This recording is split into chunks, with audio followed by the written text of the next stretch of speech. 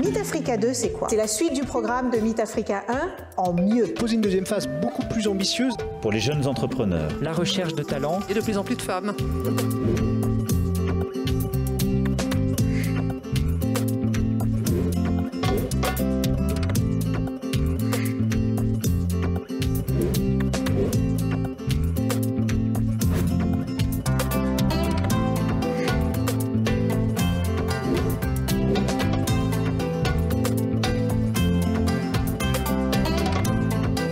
Meet Africa, par ses projets, ses parcours, qui ont vocation à renforcer ce lien humain entre la France et le continent africain.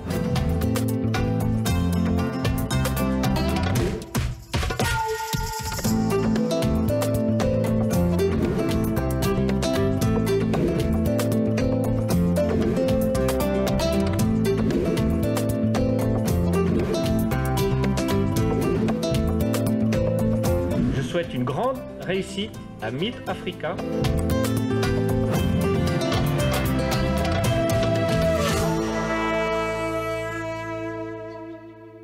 Bonjour Marseille, moi c'est Christian Jacquinon. C'est un plaisir pour moi d'être sur cette édition de Emerging Valley et on va parler de l'innovation Made in Africa, d'une approche de l'innovation Made in Africa, en tout cas de notre approche à Fanaka de l'innovation Made in Africa. Le support sera en anglais, mais le test sera en français. Je vais commencer d'abord par vous dire qui je suis. Ensuite, on va parler un tout petit peu de Fanaka. Donc, slide suivante. Moi, c'est Christian Jacquinon, comme je disais, directeur associé à Fanaka & Co. Fanaka, c'est une agence panafricaine d'innovation et d'ingénierie de projet. Ce que nous faisons, c'est que nous aidons les organisations internationales, les banques de développement, les gouvernements africains principalement, et des entreprises, des grandes entreprises, à concevoir et implémenter des projets innovants et pertinents pour le développement du continent africain. J'ai moi-même une quinzaine d'années d'expérience sur les thématiques de l'entrepreneuriat, de l'innovation et du numérique en Afrique. Et je suis à la base spécialiste en économie numérique. Pour plus d'informations, n'hésitez pas à aller sur le site internet de Fanaka & Co et suivez-nous sur les réseaux sociaux. Pour notre thématique, slide suivante. D'abord, ce serait intéressant de voir quelle est la définition qu'on peut avoir de l'innovation. Je ne vais pas vous redonner la définition schumpeterienne de l'innovation. Je pense que c'est des données ou des informations que vous pouvez trouver assez facilement. Par contre, nous, à Fanaka, notre manière de définir l'innovation se rapproche de la manière dont le design thinking définit l'innovation. Donc, pour nous, l'innovation est à la croisée des chemins entre trois facteurs: la désirabilité, la faisabilité et la viabilité. Qu'est-ce qu'on veut dire par là? La désirabilité, c'est en quelque sorte le besoin, c'est le marché, c'est le besoin qui est exprimé par une population, par des individus. Et c'est à ce besoin-là qu'on va essayer d'apporter une solution. Mais apporter une solution, il faudrait que cette solution soit, on va dire, faisable. Il faut que ce soit une solution possible techniquement, technologiquement, que ce soit une solution qu'on peut mettre à disposition. Si par exemple, je dis que j'ai besoin de me déplacer très très rapidement entre un pays africain et un pays européen, on pourrait envisager la téléportation, mais la téléportation aujourd'hui, elle n'est pas faisable. Donc, on a un besoin, mais la solution n'est pas faisable. Ensuite, il faut que cette solution soit viable. Viable, ça fait référence à la pérennité, on va dire, à la viabilité économique. Et pour donner un exemple, beaucoup d'entre vous ont entendu parler du Concorde, de l'avion Concorde, qui n'est plus du tout en activité. Pourquoi? Parce que le Concorde, on répondait à un besoin, parce qu'il y avait beaucoup de personnes qui voulaient se déplacer très rapidement notamment entre l'Europe et les États-Unis. Et on a conçu un appareil très rapide qui franchissait les murs du son, qui pouvait faire le Paris-New York en très peu de temps. Mais on s'est rendu compte assez rapidement que économiquement, c'était pas viable. Donc, il y a toujours cette notion de viabilité, de pérennité économique qui est un facteur important. Et donc, l'innovation se retrouve à la croisée de ces trois éléments-là. Quelque chose dont les gens ont besoin, quelque chose que nous pouvons faire et quelque chose que nous sommes en capacité de produire économiquement parlant. Slide suivante. Si on revient sur le contexte, parce que notre thématique c'est innovation Made in Africa, si on revient sur le contexte africain, comment est-ce que nous on l'applique et comment est-ce qu'on le pense sur le continent? Tout à l'heure, on a parlé de désirabilité. La désirabilité, finalement, correspond aussi à un environnement. Donc, quand on parle de besoin, on a forcément une notion qui est liée à un environnement, à un contexte. On n'a pas les mêmes besoins selon qu'on se trouve dans un contexte, on va dire, d'un pays développé que dans un contexte de pays en développement. Les besoins ne sont pas similaires et donc la manière d'approcher l'innovation ne peut pas être similaire.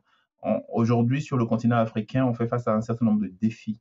On a des défis qui sont des défis sur la santé. C'est comment est-ce qu'on apporte de la santé, des solutions de santé en quantité, en qualité à des populations à moindre coût. On a des défis liés à l'éducation, c'est comment éduquer le plus grand nombre. On a des défis liés à la nutrition, à l'eau potable, à l'électricité, à la stabilité politique, à la sécurité, à la connexion Internet, etc., etc. Donc, on a de nombreux défis aujourd'hui sur le continent africain. Et donc, on est dans ce contexte-là. Il faut innover dans un contexte où on a un continent qui fait face à un certain nombre de défis de développement. Et donc, c'est dans ce contexte qu'on va appliquer en quelque sorte la notion de développement suivant l'approche que nous avons. Et donc, pour nous, l'innovation Made in Africa, c'est cette innovation-là qui va intégrer ce contexte, ces problématiques de développement et construire des solutions qui sont adaptées à ces environnements-là. Slide suivante. Donc, on ne peut pas innover en Afrique comme on pourrait innover dans n'importe quel autre endroit du monde. C'est ce que je disais, notamment par rapport à la nécessité de contextualiser l'innovation à l'environnement dans lequel on se trouve. Et donc, l'innovation ne devrait, en Afrique, l'innovation Made in Africa ne devrait pas forcément correspondre ou ne devrait pas être similaire à l'innovation qu'on retrouve dans d'autres endroits du monde. On va revenir sur quelques points spécifiques sur aujourd'hui la manière dont l'innovation Made in Africa est souvent perçue. Et donc, le premier point, slide suivante, l'innovation Made in Africa ne devrait pas être forcément des copycats. Aujourd'hui, ce qu'on observe sur le continent quand on parle d'innovation, c'est beaucoup de reproduction de solutions innovantes qui ont été développées ailleurs. On a des solutions du type Uber sur le continent, donc c'est juste des reproductions avec de légères adaptations de solutions vues ailleurs. On a des solutions de livraison de nourriture qui se développent de plus en plus sur le continent, qui correspondent à un vrai besoin, mais qui sont dans beaucoup de cas du copier-coller de solutions innovantes disponibles dans d'autres pays. Et dans certains cas, l'adaptation n'est souvent pas suffisamment faite et on se rend compte assez souvent que quand l'adaptation pêche, quand l'adaptation n'est pas très bien faite, il y a un échec. Il y a un échec. On peut avoir les solutions de e-commerce, par exemple, qui n'arrivent pas, pour de différentes raisons, à se déployer correctement sur le continent, notamment parce qu'on a des défis liés à la possibilité d'acheter avec des cartes bancaires. Il y a de plus en plus de mobile money qui est en train de se développer pour compenser, pour pallier à ces défis-là. On a des problématiques liées à l'adressage, hein. On a des problématiques liées juste à la culture des populations qui ne sont pas encore suffisamment à l'aise pour commander, acheter, payer un produit sans pour autant le toucher et attendre de le recevoir. Et donc, on a des taux de retour qui sont très, très élevés parce que le produit n'a pas pu être livré. On a des startups ou des entreprises qui ont essayé de mettre en place du cash on delivery, c'est-à-dire le paiement à la livraison. Et on s'est rendu compte que dans certains cas, la personne qui a commandé n'était peut-être pas finalement disponible ou où il y avait des problématiques pour la livraison, ce qui occasionne de nombreux coûts en termes de logistique, en termes de retour produit. Et donc, on voit bien que le copycat n'est pas forcément on ne peut pas qualifier l'innovation Made in Africa en parlant de solutions qui existent ailleurs, qui ont été développées pour d'autres contextes et qui sont juste des solutions reproduites sur le continent parce qu'il y a un besoin, mais dans certains cas, l'adaptation n'est suffisamment pas faite. Slide suivante. L'innovation Made in Africa n'est pas que numérique. Souvent, quand on parle d'innovation en Afrique, on a tendance à rester uniquement sur de l'innovation numérique ou technologique. Et donc, on parle très rapidement de toutes les solutions qui sont des solutions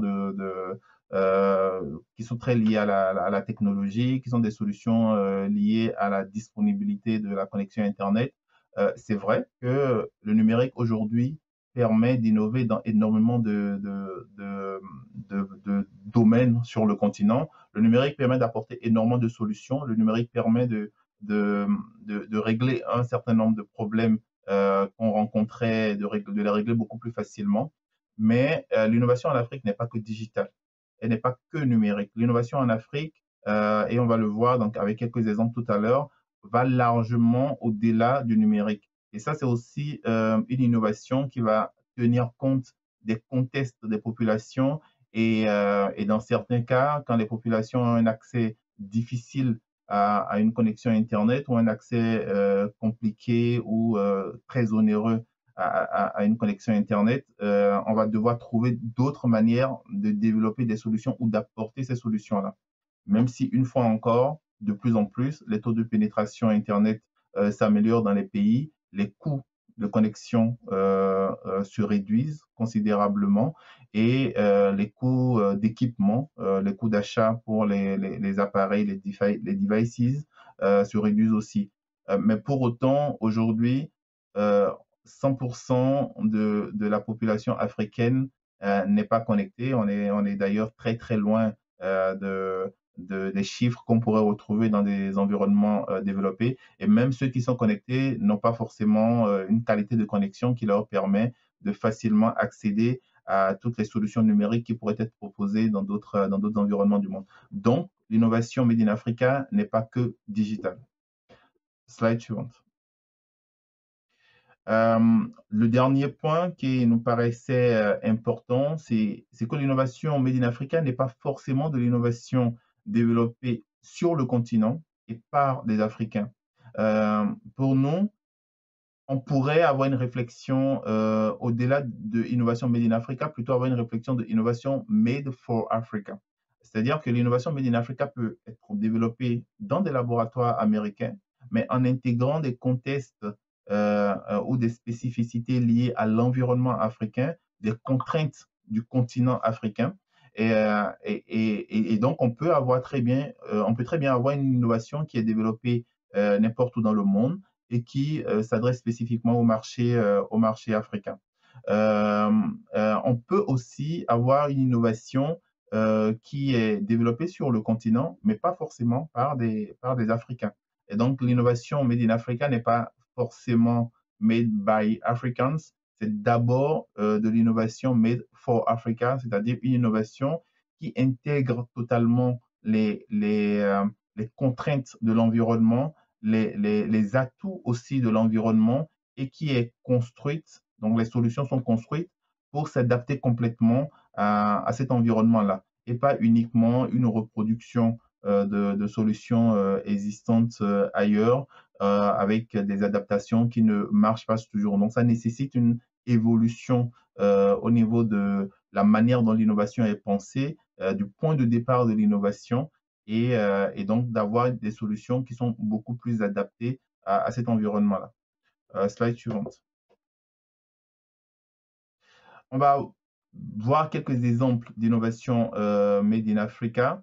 Le premier exemple qu'on pourrait voir, c'est peut-être les Hippo Water Rollers. C'est un exemple que nous utilisons beaucoup à Fandaka. Les Hippo Water Rollers, c'est, comme vous le voyez, des bidons d'eau. Mais c'est des bidons d'eau qui sont utilisés pour transporter de l'eau potable. Le transport d'eau potable est une problématique une problématique qui est souvent rencontrée dans pas mal de zones, dans pas mal de villes africaines. C'est une problématique qui est liée au fait que les points d'eau potable sont assez souvent éloignés des agglomérations, assez souvent éloignés des habitations.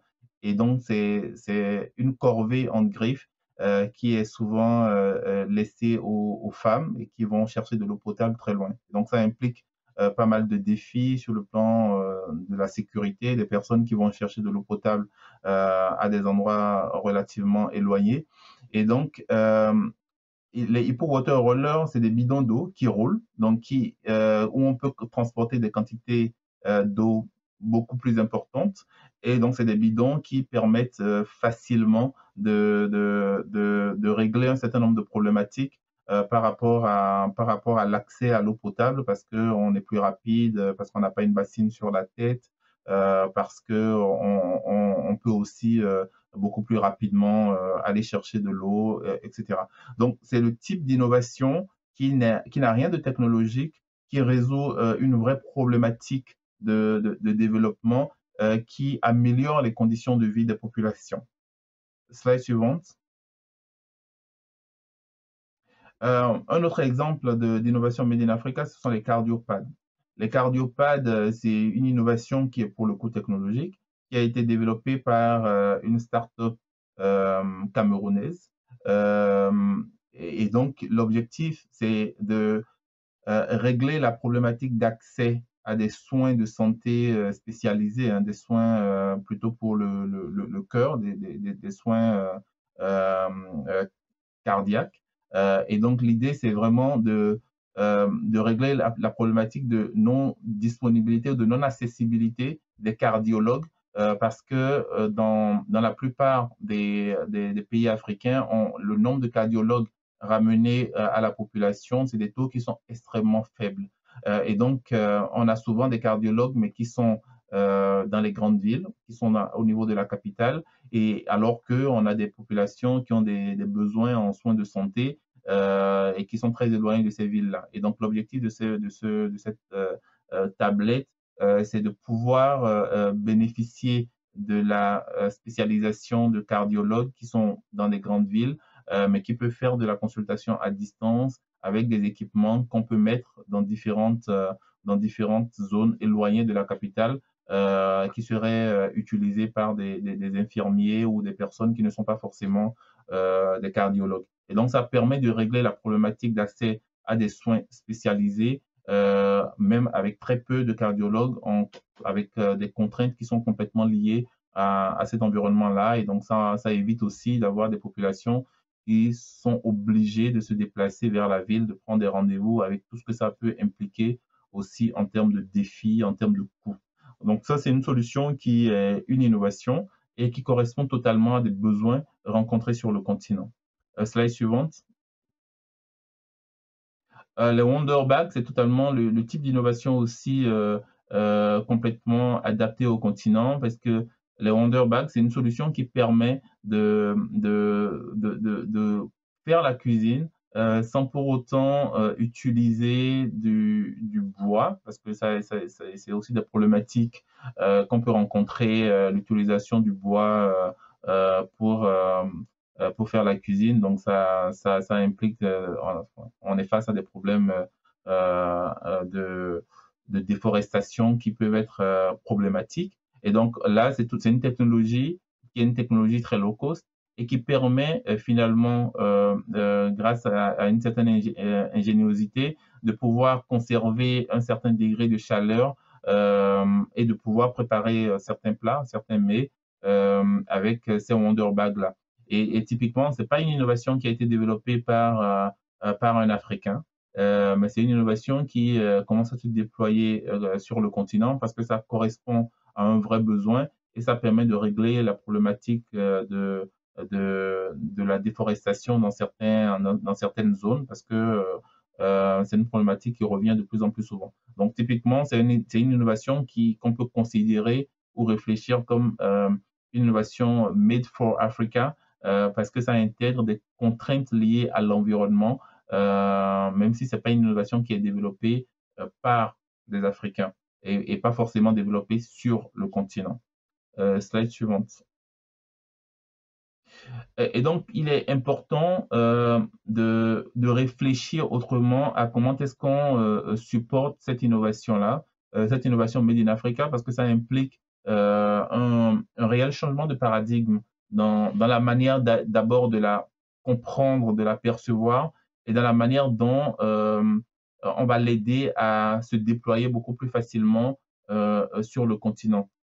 Aujourd'hui, on se rend compte que les différents programmes qui sont mis en place et qui sont déployés n'intègrent pas toujours suffisamment ces éléments-là parce que c'est des innovations qui, dans certains cas, ne sont peut-être pas suffisamment abouties, alors qu'on peut juste les aider à être beaucoup plus abouties et donc à se répliquer beaucoup plus facilement. Et donc, il est important de regarder attentivement cette manière d'innover, de ne pas soutenir uniquement des innovations qui sont des innovations soit technologiques ou des innovations qui sont principalement des copycats, comme on disait, de solutions existantes dans d'autres environnements, mais de regarder attentivement ces innovations-là qui permettent d'améliorer les conditions de vie des populations et de voir comment les aider à se répliquer dans les différentes parties du continent. Slide suivante. Donc, pour conclure, l'innovation Made in Africa, pour nous, c'est de l'innovation pour le développement. C'est comment est-ce qu'on utilise l'innovation pour apporter de vraies solutions à des problématiques de développement. C'est comment est-ce qu'on utilise cette innovation-là pour non seulement régler des problématiques de développement, mais aussi apporter, créer de l'emploi, apporter des solutions économiques à des populations qui sont souvent éloignées du marché de l'emploi. Donc, nous, on considère que l'innovation sur le continent, l'innovation Made in Africa ou l'innovation Made for Africa devrait non seulement intégrer les contraintes du continent, mais intégrer aussi l'amélioration des conditions de vie des populations, intégrer toutes les notions liées à de meilleures conditions de vie tout simplement des populations. C'était l'objet de notre masterclass. Merci. Vous pouvez suivre Fanaka & Co sur les réseaux sociaux. Vous pouvez nous suivre sur LinkedIn, sur Twitter. Pour en savoir plus sur ce que nous faisons, n'hésitez pas à aller sur notre site internet. N'hésitez pas à taguer le QR code qui s'affiche à l'écran. Ça vous permettra d'en savoir un peu plus sur Fanaka & Co. Et de toute façon, nous sommes à Emerging Valley toute la journée. On aura l'occasion d'échanger avec vous si vous êtes disponible. Et si vous nous suivez en replay, n'hésitez pas à nous contacter. Ce sera un plaisir pour nous d'échanger avec vous et de discuter avec vous des projets pour le développement du continent africain. Merci beaucoup.